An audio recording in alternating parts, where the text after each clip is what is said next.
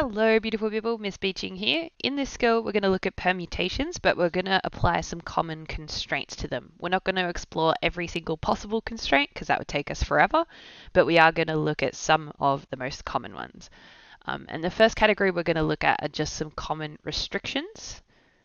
They don't really have a proper name. These are just common things that we could apply that don't drastically overcomplicate the problem. So if we're looking at the numbers 1, 2, 3, 4, 5, 6, 7, and 8, we could say, all right, well, we want to know how many permutations are there if we put all these numbers in. That would be a simple permutation. And I'm going to shorten permutations to perms here just to make it quicker to write. How many permutations? We could do that. We could just say, all right, it's 8 factorial permutations, done, dusted, easy peasy. This time we're going to apply a constraint where we want 4-digit numbers, which is something that we could do in the previous skill. But we're also going to constrain that they have to be even numbers. Okay. And here for this, I'm going to draw my 4 boxes for the 4 digits. And instead of working from the first digit like we normally do, we're actually going to work from the last digit. And that's because of this constraint here. Even numbers always end in an even number. It doesn't matter what the other numbers are, but the last number must be even. So we're going to work out how many options we have for the last number and then work backwards from that. And in this set of numbers, we've got 2, 4, 6, and 8. So 4 of these numbers are even. So we've got 4 options for the last number. And now we've used up one of the 8 options. So here we are going to have 7 options because there were 8 numbers, but we've used one of the even numbers up already. So that means that here we're going to have 6 options, and here we're going to have 5 options. By the way, I probably should have mentioned that we're not repeating numbers here. Otherwise, this would be a very easy problem. Okay, so that means in total, we have 7 times 6 times 5 times 4 permutations, which in this case equals 840. So when you're applying a restriction, they're not all going to be the same kind of thing as this restriction. They might not be even, but you just need to think about the options that you're putting here and then work backwards from the constraint. So I started with this last digit because the constraint was about even numbers. Sometimes the constraint's going to be about something different though, and you need to kind of use your logic to work out what you need to apply first to the number of options. But that's a simple restriction. The next type of constraint that pops up really often is a grouping. And let's write it in here. So a grouping is when you take some of the elements and you put them next to each other. So let's do an example of a grouping. This question says, how many arrangements of the word friends have the vowels next to each other? And whenever we're doing a problem with grouping, we're going to start off by treating the grouped letters or things or pieces of cake or people, whatever it is, we're going to treat them as one object. So we're going to say treat I and E, because they're the vowels in that word, as one object. And we'll deal with the letters internally in a little bit.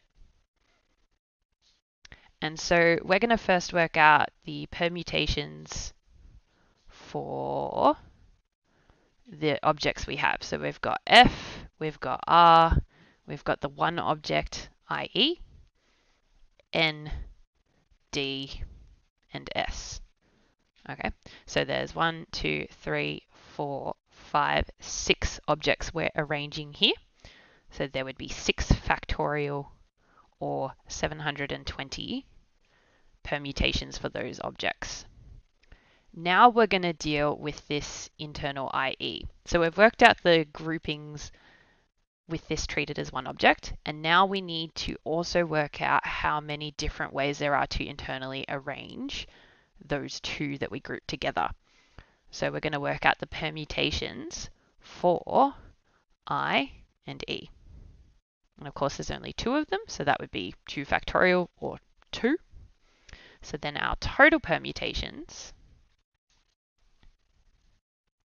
would be our 720 different ways of arranging the whole set of them.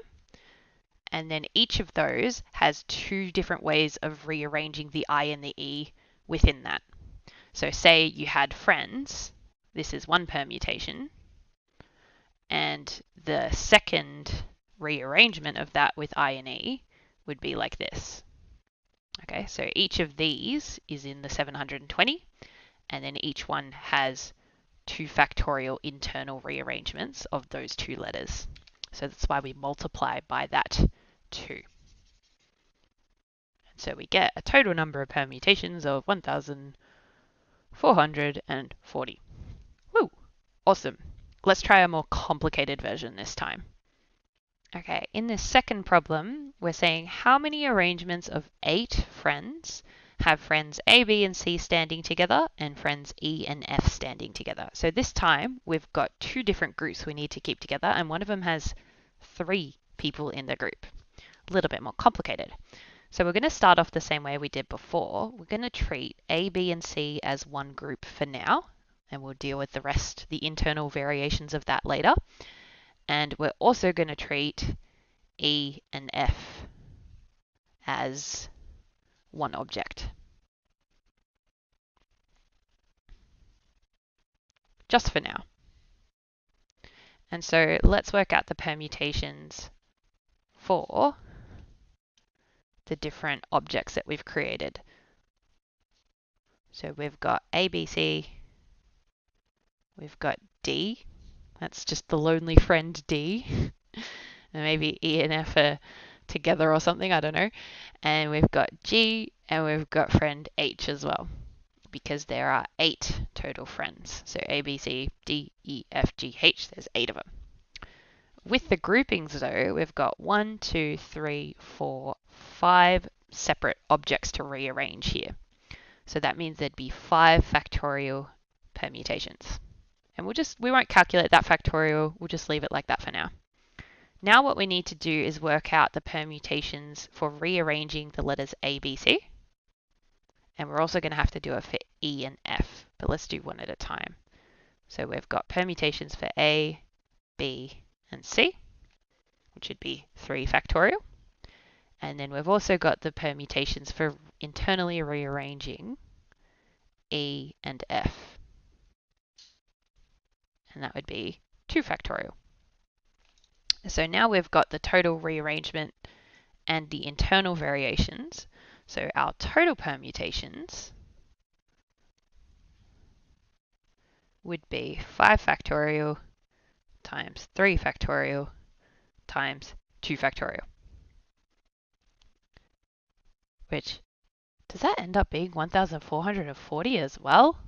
Oh my lord, how exciting. And that's how we treat different groupings of objects. So combine them into one object first, work out the permutations with them as one object, and then work out the internal variations and multiply it out.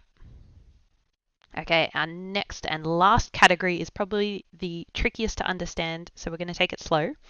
And that is permutations that have identical objects.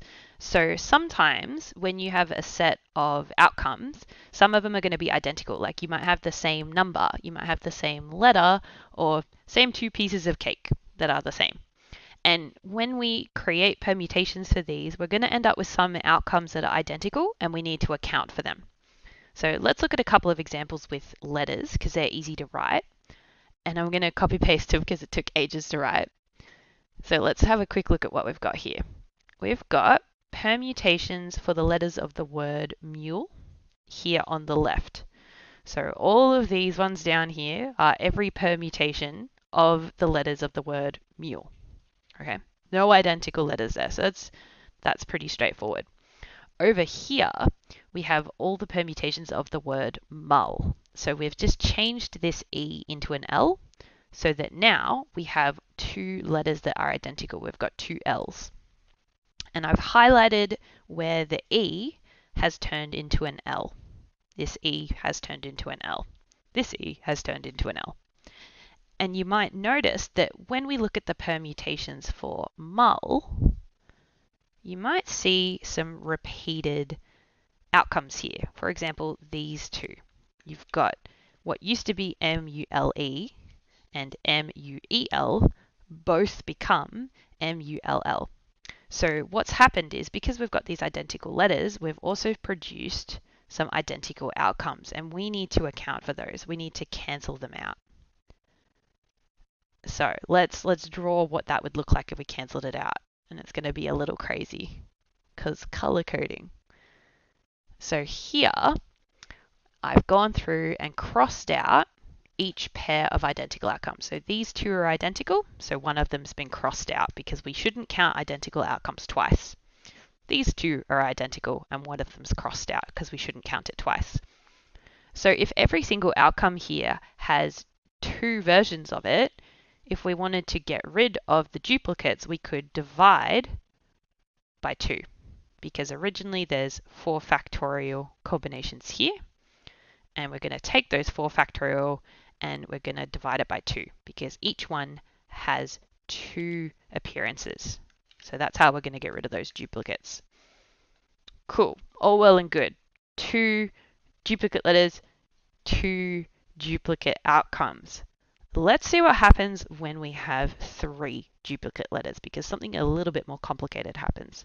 So we're going to use the same words. We're going to use mule, but this time we're going to change 2 letters into L. So we start with mule, same ones as before, and this time we're going to turn the U and the E into L's. So now we've got 3 identical letters. We've got M, L, L, L. Okay. And color coding as before, the E's turns into L's and the U's turn into L's as well. And you might be able to start looking at that list and go, whoa, there are a lot more than 3 duplicates. And you might have thought, oh, 3 duplicates, okay, there's going to be 3 duplicate outcomes. But you'll notice that all of these ones are identical now. So each outcome actually now has 6 copies of that permutation. So that's a lot of duplicates, and let's kind of look into what's happening with that and cross out some of those duplicates. So here we've got those 6 different duplicates and they're color coded, and you notice, wow, there's only like 4 unique outcomes left that aren't duplicates. That's not many. And earlier we divided by 2 because there were 2 of each. This time we divide by 6 because there's 6 duplicates, so we need to get rid of them. And here's where you need to think a little bit, because each of these 6 outcomes is the result of internally rearranging these 3 L's. And if we're internally rearranging 3 different things, it's a factorial. That's how we get that 6. So instead of dividing by 2 this time, we're going to divide by 3 factorial, or 6, because there's that many copies of each outcome. Okay? And a way you can read that is each permutation is rearranged in 3 factorial identical ways. All of these are the identical ways.